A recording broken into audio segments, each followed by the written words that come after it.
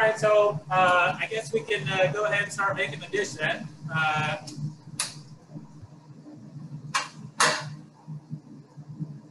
Like I said, I chose the butternut squash just because of the seasonal play, some fall going into winter, and something that a lot of people are intimidated by. But once you get into it, it's really not that tough of a vegetable root to cook with. The hardest part is actually peeling them. I prefer to use a knife. Some people like to use a peeler, but I just cut off the end, cut off the other end, and then you just kind of peel it out. And this whole time I'm doing this, I have my pan heating up so that the number one rule in the kitchen is to always start off with a hot pan, and definitely makes everything better. And I'm just going to dice this up into a small dice.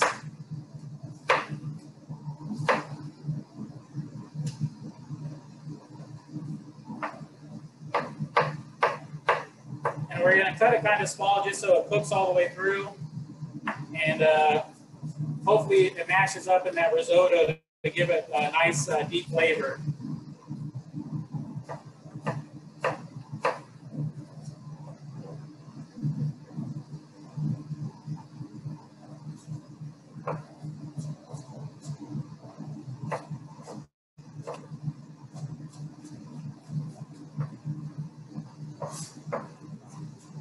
Get this nice and diced up, and then we'll move on to our onion.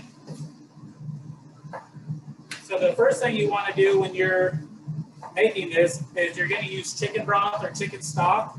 You want to make sure that's nice and hot, because as you add it to your risotto, if it's cold, it's just going to keep bringing the temperature down, and you're just going to have to keep waiting for it to come back up to temperature. So we're going to dice that up, and I'm going to dice up half of a yellow onion here.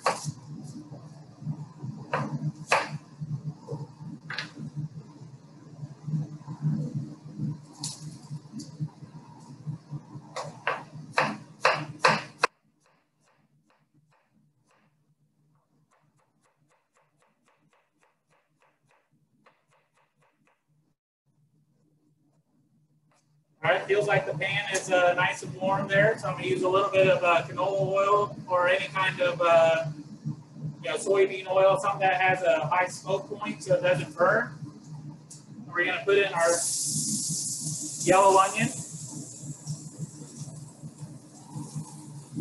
And we don't want a lot of color on that. We just kind of want to sweat it off and kind of until it's translucent.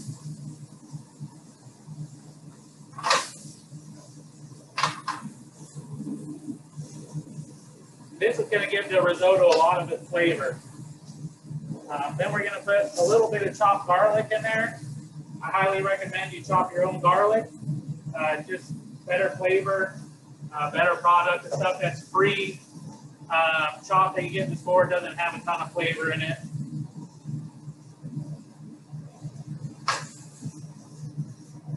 So we're going to go ahead and sweat these onions and the garlic off. And I'm doing it on high heat just because I don't really have a big batch here, and it'll just kind of speed up the process. Once that gets translucent, I'm going to go ahead and add the Oreo rice. You can find this in any store, Walmart, Kroger, whatever you have. We're going to go ahead. I don't really measure with risotto because it's more of a texture thing. But I would say that's probably about 2 cups.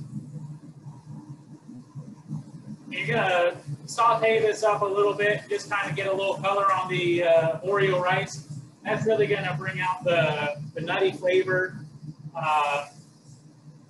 and just really helps with the texture and the end product here. It really releases all that great flavor, and it's absorbing all that onion and garlic and everything you have in there.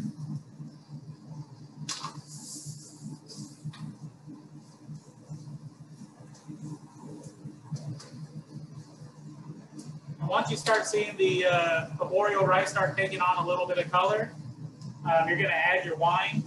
I like a Sauvignon Blanc, something dry. If you like it a little sweeter, you can use a Chardonnay.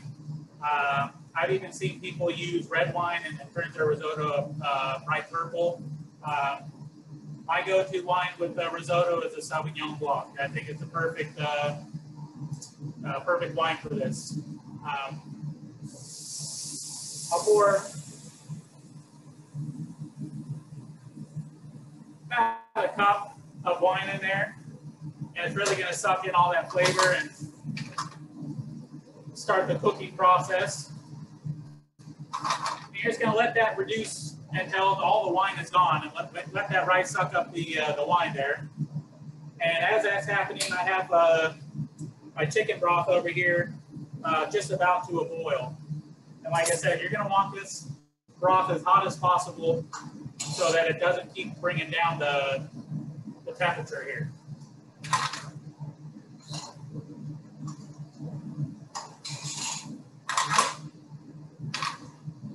At this point, I'm going to go ahead and add my butternut squash, because I want that to cook with the broth.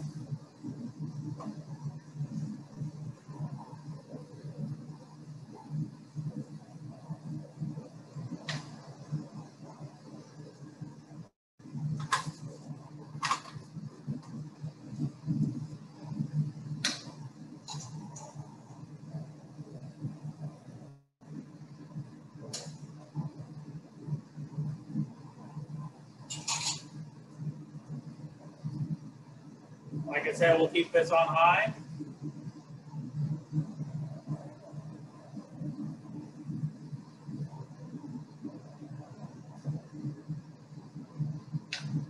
And we'll just keep letting this cook down. The whole process takes about 25 to 30 minutes, so something you definitely want to start ahead of time. And you can use it for a side dish. You know, you can pass up any dinner you want. There's 1,000 variations of it. You know, whatever you like. My personal favorite is wild mushroom. I've done seafood, I've done peas, I've done just about everything.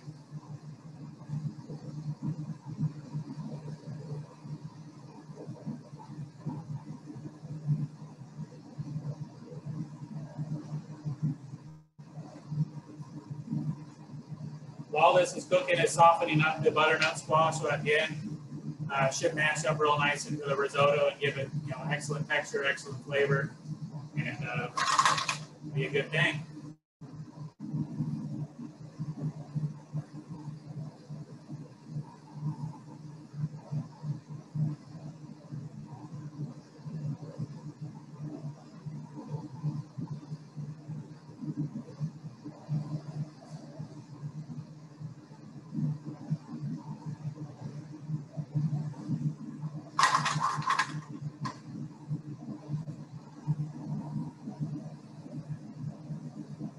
You don't want to add any more chicken broth until all this is evaporated. As soon as this evaporates, you just keep adding it one ladle at a time until you get the desired texture that you like.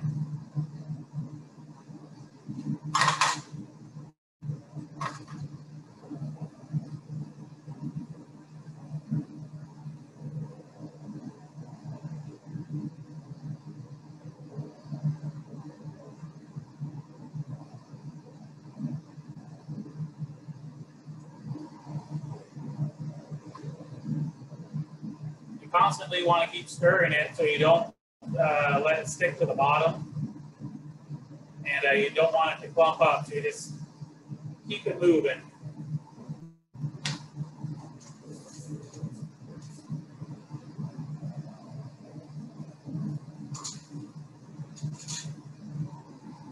Like I said, one ladle at a time until you get it to where you like it.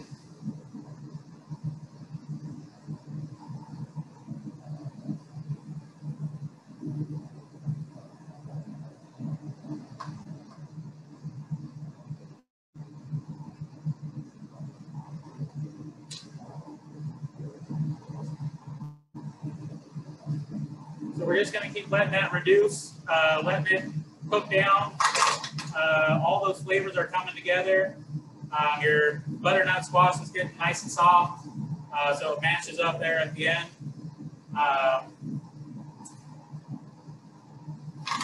It's just something you got to be patient with. Like I said, it takes about 20, 25 minutes from start to finish. You definitely don't want to rush it.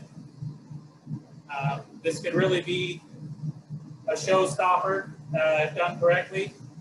It just has a ton of flavor. You know, gets that garlic in there, that onion, your chicken broth. It's like I said, it's hard when done right. It's hard to beat.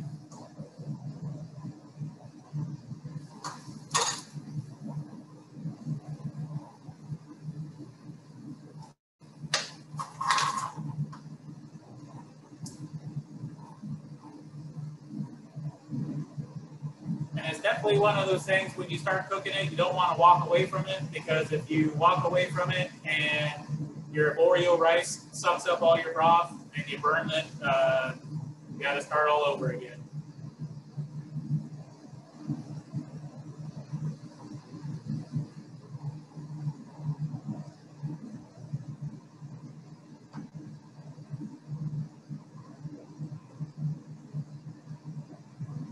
But talking about like the other applications you can, other ingredients you can do the same application with, I've done the same process with rice.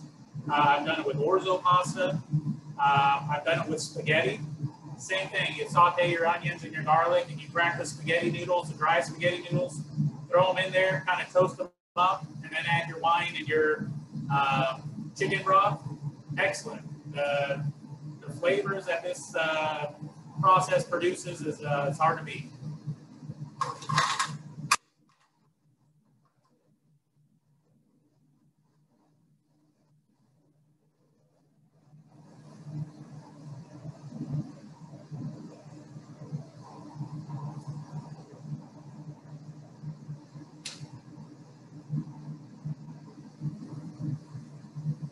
All right, we're on our way.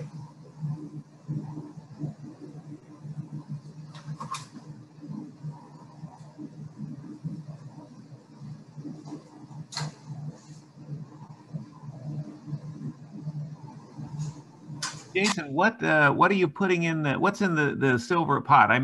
My battery died right in the middle of your presentation. Sorry.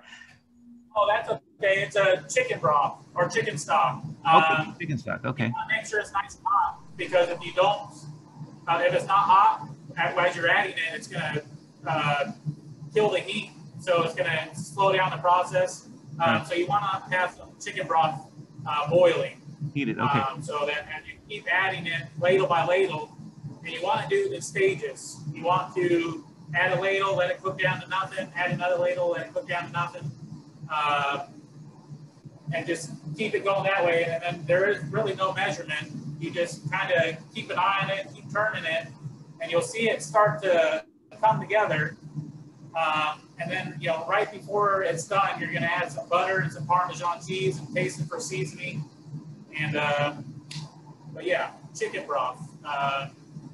You know, any store-bought kind. I don't recommend using the bouillon cubes or the chicken paste, just because of the salt content. It's hard to control how salty it is. So I prefer to use like a chicken broth. You know, so then you can control how much seasoning you put in there. Yeah, I like that.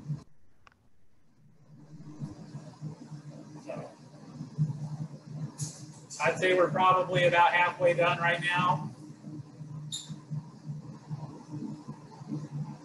And at this point, you just want to keep it moving. You don't want to let it all stick together, and you definitely don't want it to run out of liquid, because if you scorch it, it's pretty much game over.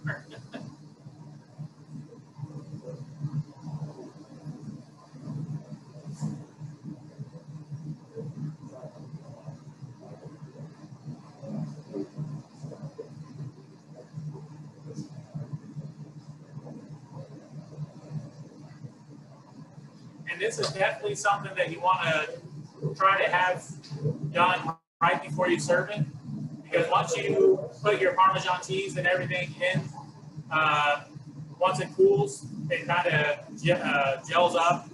And if you're going to eat it the next day, the way I would recommend reheating it would be to put a little bit of heavy cream in a pot, bring that to boil, and then fold this into it. That'll reconstitute all the moisture that it has lost throughout the night. Kind of loosen everything up.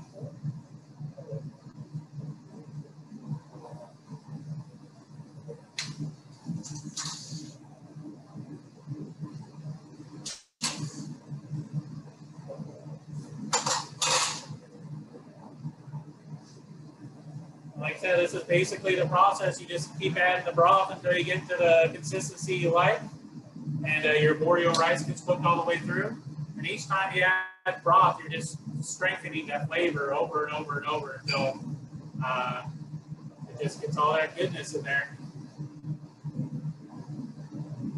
And really, this dish is so versatile. Like we're talking about seafood, any vegetable. I did a cooking seminar at the Bridgeport Farmers Market, where I did Swiss chard risotto.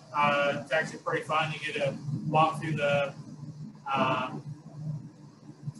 farmers market there and just pick all their fresh produce, and they asked me to make a dish from what I found there. This was one of the go-to dishes.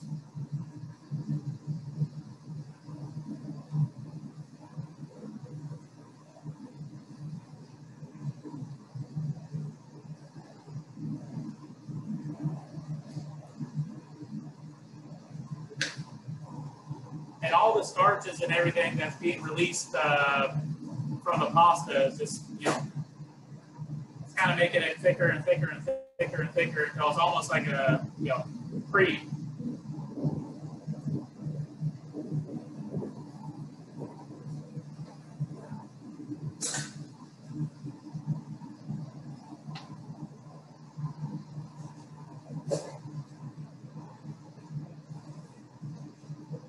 It's definitely one of those things you want to taste it throughout the process, because as those flavors get stronger and stronger, you don't want to add too much seasoning at the beginning, because if you add the right amount of seasoning at the beginning and then your chicken broth cooks all the way down and adds all that flavor, then you have it too salty. And you have to remember at the end, you're going to put some fresh Parmesan cheese on there, which is a salty cheese.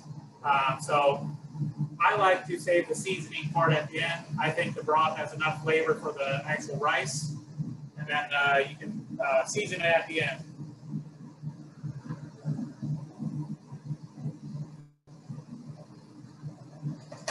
And something a lot of people don't do nowadays that really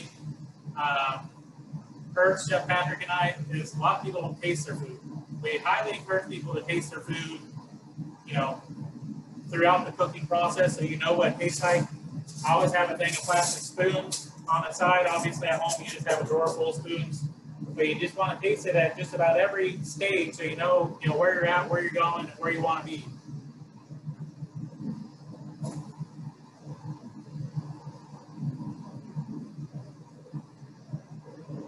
Tastes good. I'd say we're about 5 minutes out here.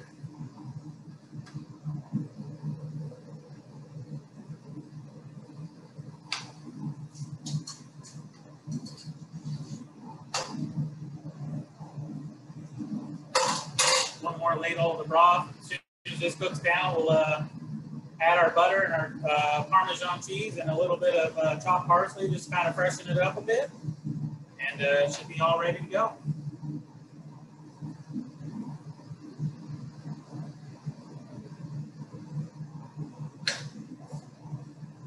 Definitely needs a little bit of salt and pepper.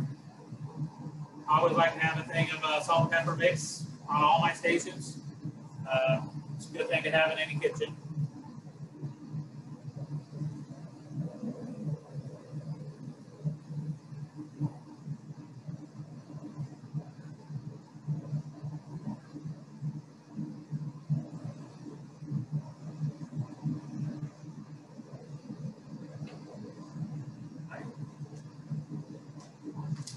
I highly recommend using real butter in this process instead of margarine. Just it's a better product. A and B, it'll make it creamy. Whereas margarine, the oils will separate real easy, and you'll have a nice big greasy pile of rice. With butter, you can actually put it in there, and it'll be nice and creamy. I like to get a couple slices. And when the time comes, just drop them in one at a time, and they'll incorporate in there nicely.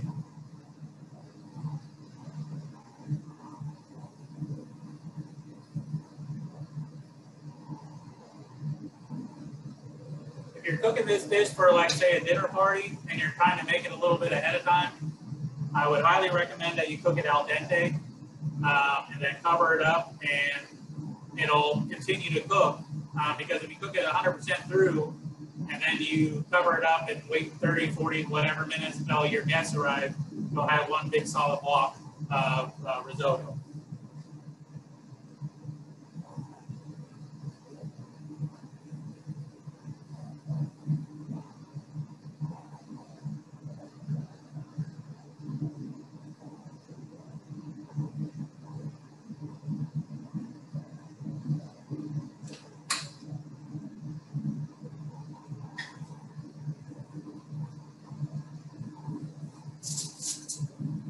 Thanks.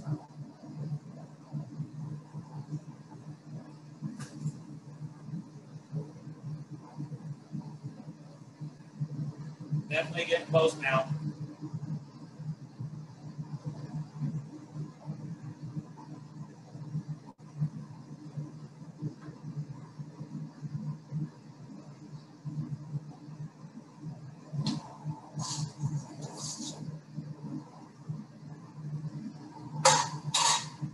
I should probably do it for the broth. And as soon as this last ladle of broth cooks out, we'll add our butter and our cheese and our herbs and all day.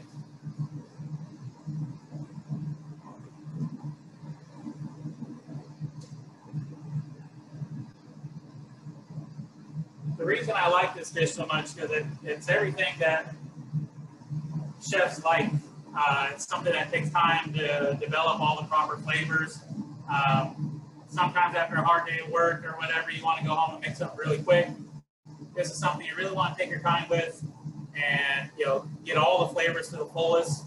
And it's just it's a one-pot shopping kind of thing, and it's just a beautiful thing when it all works out.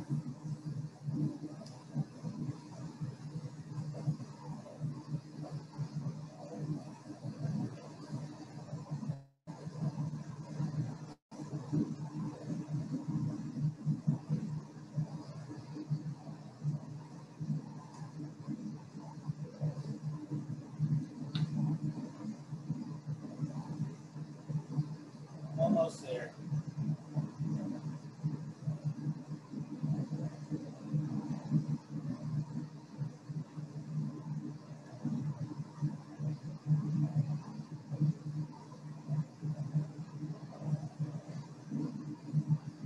And if you really want to have a strong, say, butternut squash flavor, you can cook a bunch of butternut squash ahead of time, steam it off or boil it, and then strain it, and throw it in a blender with a little bit of chicken broth or whatever.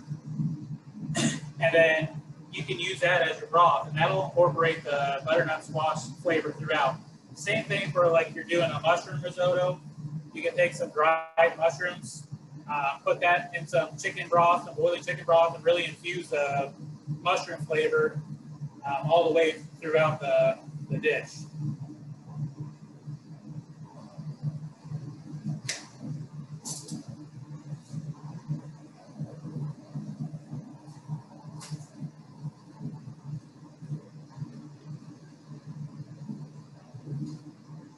All right.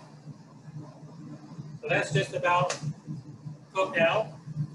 We'll do one more pinch of salt and pepper.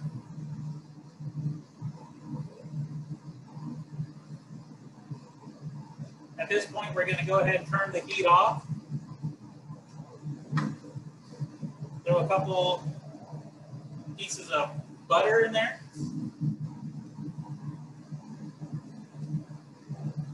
Take some fresh Parmesan cheese. Again, I recommend using fresh Parmesan cheese. Just something about fresh that does wonders. Don't be shy with Parmesan cheese.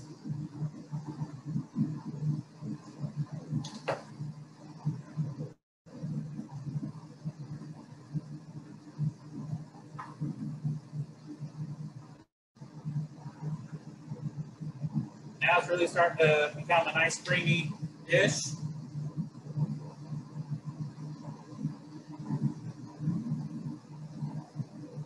A little more Parmesan. We'll go ahead and take some fresh herbs here. We'll just have some parsley.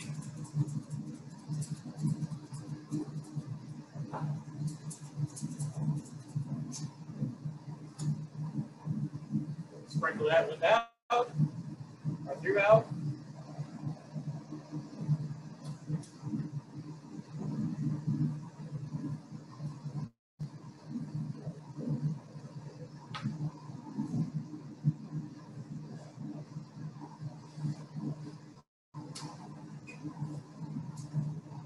Grab our plate here.